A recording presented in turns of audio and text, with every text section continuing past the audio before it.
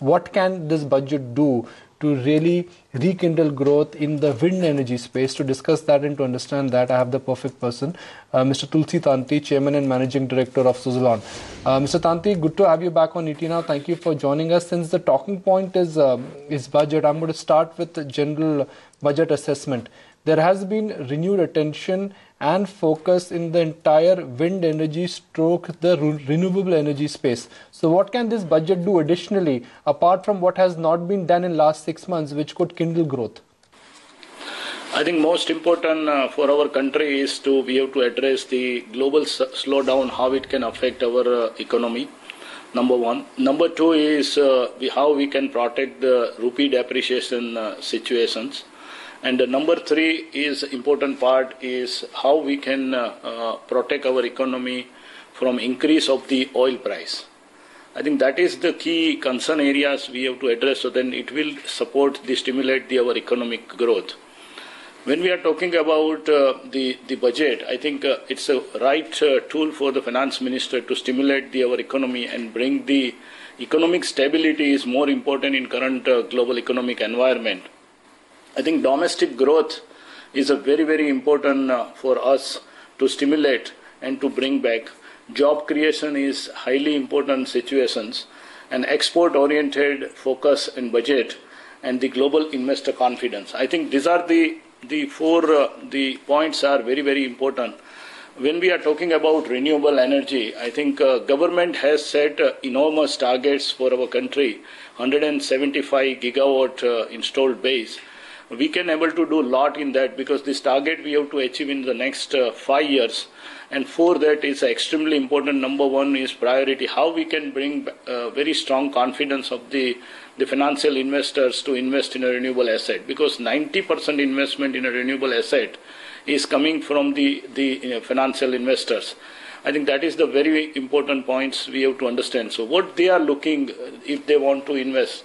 And the 5 years, the opportunity for renewable energy investment is not less than $200 billion, which can build our economy sustainable, bring energy security, rural economy, access to the consumers in the rural part of India, and low cost of energy. I think it's a win-win situation for our economic stability.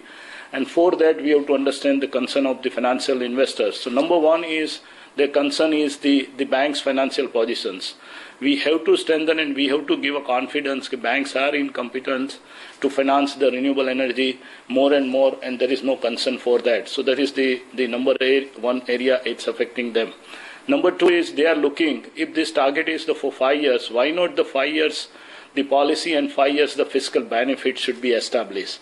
So whatever the GBI is there, whatever the AD is there, it has to be continue for the longer period. It should not be any change for at least for the 5 years. It has to come. Same time, it's a low-hanging issues of the GST. I think we have to bring stability for that. Mr. Tanti, and to bring GST. Mr. Tanti, do allow me to interrupt here. Good morning. My point is, I'm sure industries across have a really large wish list. But what is that one key thing that you believe can realistically come in the budget, which will help the wind sector and the solar sector? Because I believe you are also moving in a big way in the solar space. I think the most important part is to bring the confidence of the investors so that it can drive, and that is a concern is from our banking system. So that is the number one priority. Number two is GBI and accelerated depreciation should be continued for the 5 years, so that a stable policy framework, so we can able to attract the more than $200 billion investment in wind and solar. Mr. Tanti, good morning. Let's talk about your business, considering the thrust on renewable energy and you being one of the world's largest wind turbine suppliers. Tell us a bit more about how FY16 has turned out so far for you, and how much capacity have you installed this fiscal? I think the renewable energy sectors are growing very, very strongly. The last financial year was just 3,000 megawatt installed capacity added by wind and solar, which majority was the wind. And the current financial year, it's going 6,000. So it's almost double the capacity. And 100% growth is there, wind and solar both put together. And the next financial year, we are expecting not less than 10 gigawatt. So it's a really good momentum is there. But the key part is, again, I am emphasizing, the confidence of the investor is extremely important. It's not just capital market confidence, but in a real asset investment confidence. And that is the momentum it's a continue. The India has a technology. We are exporting other part of the world. So that competitiveness is there. Cost of energy has come down. The resources are available on the ground, and the project execution and other capability, India is equipped for that because no other infrastructure investment is coming very strongly.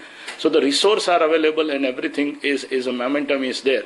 I see the next 5 years, whatever 175 gigawatt target, it's quite achievable and industries are equipped to deliver that thing, and it will bring a low cost of energy, and energy security for us is extremely important. For Suzlon per se, if I look at your last, reported number, your debt was about 12,000 crores, approximately. What is the update on that? You are in a process of restructuring. Last time when we interacted with you, you say cash flows are increasing and you're on course to reduce that. I think we have sold out our large asset in the Germany, and we have bring 7,200 crores by that way. And also we have raised the equity of 1,800 crores, so 9,000 crore rupees we have bring. And almost we have reduced our debt of the level of the 8,000 crore level, so it's quite substantial drop. Not only that, we have done the interest optimization and reduced the interest financial cost. Also almost the 50% has gone down. And now the liquidity is sufficient for the growth, and that's why compared to the last year versus the current financial year, almost 2.5 times growth we are doing, because the industries are also growing very well, and now we have a huge support from our banks of the working capital support and other things. So recently we got 2,400 crores working capital supports. So we are quite confident to bring back the growth, because we have a domestic manufacturing capacity for export and domestic market is more than 4,000 megawatts. So we don't require much more capex. Just we are leveraging our capability to execute more and more projects, and we are quite confident in the current financial years we will be in the profit. You're confident. What are you confident of achieving? Sorry? No, when you say you're confident that things are looking up for Suzlon, that's a very broader, comment, and I appreciate that. But I'm looking at specifics. Confidence for Tulsi Tanti, what does that mean in absolute numbers? Yeah. So as you know, we are not giving any forecast and guidance number, but the point is that industries is growing the almost 30% growth. We will continue to grow higher than the industry's growth. So that is number one. Number two, we are established in the most of the states, more than 8 states our presence is there. So we are leveraging all the states the opportunity. And number three is a good customer base is stronger is there. So we are very comfortable to increase our volume, because 3 years before we are delivering 3,500 megawatt. So it's not difficult for Suzlon to reach that capacity within 3 years. Break into the black is what Tulsi Tanti is saying. Some expectations from the finance minister as well. Hopefully a few of these come around. Mr. Tanti, so good having you. Thank you so much for taking the time out and joining us on ET Now today. Thank you very much. Thanks a lot. That's one key sector. Let's see what kind of dollars does it get in this budget. Remember, there is an expectation that there will be specific rewarding of sorts for companies which are in this clean air, clean pollution, or essentially adhering to environment.